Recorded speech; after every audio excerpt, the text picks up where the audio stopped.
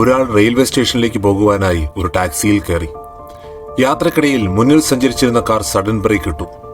Taxi driver correct സമയത്ത് break ചവിട്ടിയതുകൊണ്ട് വണ്ടികൾ ഇടിക്കാതെ രക്ഷപ്പെട്ടു. എന്നാൽ ആ കാർ ഓടിച്ചിരുന്നയാൾ പുറത്തേക്ക് ചാടിയിറങ്ങി ടാക്സി ഡ്രൈവറുടെ അടുത്ത് തട്ടിക്കയറാനും അയാളെ ചീത്ത വിളിക്കാനും തുടങ്ങി. എന്നാൽ ഇതിലൊന്നും പ്രകോപിതരാവാതെ ടാക്സി ഡ്രൈവർ ചിരിച്ചുകൊണ്ട് ഒരു കൈ വീശി കാണിച്ചു. അപ്പോൾ യാത്രക്കാരൻ ചോദിച്ചു, നിങ്ങൾക്ക് ദേഷ്യപ്പെടാതെ എങ്ങനെ ഇങ്ങനെ ചിരിക്കാൻ സാധിക്കുന്നു? അപ്പോൾ ടാക്സി ഡ്രൈവർ പറഞ്ഞു, നമ്മുടെ ചുറ്റുമുള്ള പലരും മാലിന്യ വണ്ടികൾ പോലെയാണ്.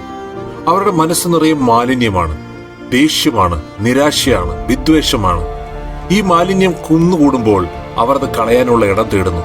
നമ്മൾ അനുവദിച്ചാൽ അവർ അത് നമ്മുടെ നേരെ വലിച്ചെറിയും. നാം അത് സ്വീകരിച്ചില്ലെങ്കിൽ അവർ മറ്റൊരിടം തേടിപ്പോകും.